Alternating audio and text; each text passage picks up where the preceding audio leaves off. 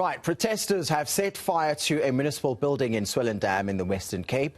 A portion of the N2 highway running through the town was reportedly blockaded. In fact, the protest is believed to be about service delivery. Officials have advised motorists to take alternative routes around the town. Our senior reporter Ayesha Ismail is tracking developments. Ayesha, you are in Swellendam at the moment. What is the mood like where you are now?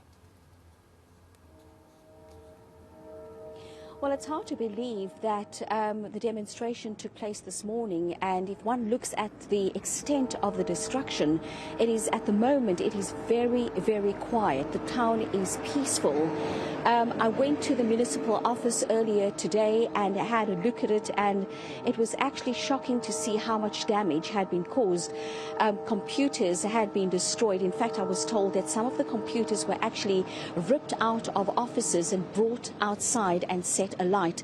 But I did speak to the I spoke to the mayor of the town earlier today, and he was saying to me that the demonstration started in the early hours of the morning, and as he said, it was hundreds of angry residents. Now, these are residents from areas in Railton as well as the informal settlement called Machoks, and he says that they were unhappy about the fact that they now have to apply for an indigent grant in order to get subsidized municipal services. But this is what the mayor had to say to me earlier.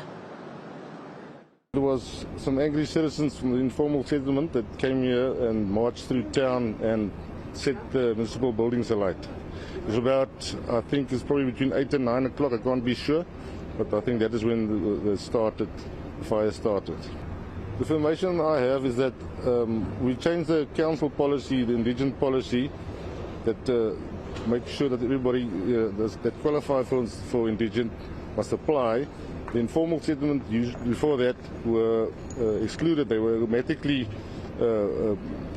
indigents, and we said we're going to change that. They have to apply for indigent subsidy.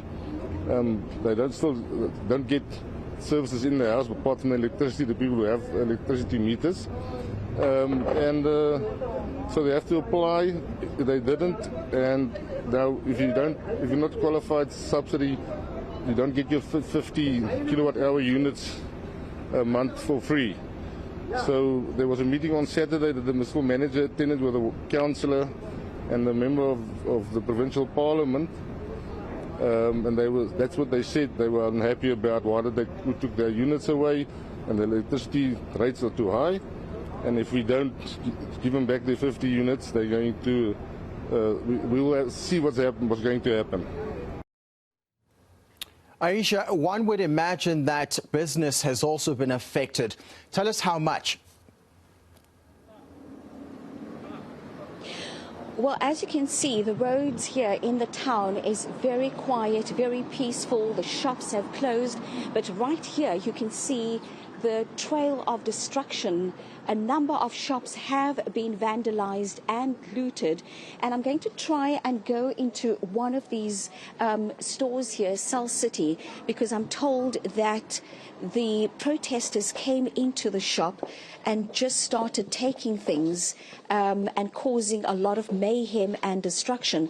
But I'm going to try and find the manager of the store and see if he is going to be able to talk to us. Sir, you the manager here, what time did all this happen? Ma'am, it was almost 8:30 when one of my cousins, he called me that the people, they're trying to break in your shop. So come out and let's see what happened. So when we came out, so I see the people, they were busy to breaking my shop. Then all of us, I called my other cousin that come out, we have to protect the shop. So all the other cousins, they came out. When the people, they saw us, they came run to us to kill us because they have a big knife in their hands. So they tried to kill us, so we ran away to our house. So after some time when the police came, so the police chased them. So when we came here, we saw that everything was messed up. They took my phones, they destroyed my whole shop. They steal my speakers, the amplifiers, the cell phone accessories, the customer cell phones, everything was gone. How long have you been staying in Swellendam? I'm almost 10 years, 2014 I'm here. Is this the first time that you've experienced something like this? Yeah, that experience first time it happened in 10 years. But it's not only your store that was vandalized. There were others as well. Yeah, even next door, the grocery shop. They break in the grocery shop, and the second shop also from our shop, the shoes and clothes shop. They break in that shop also.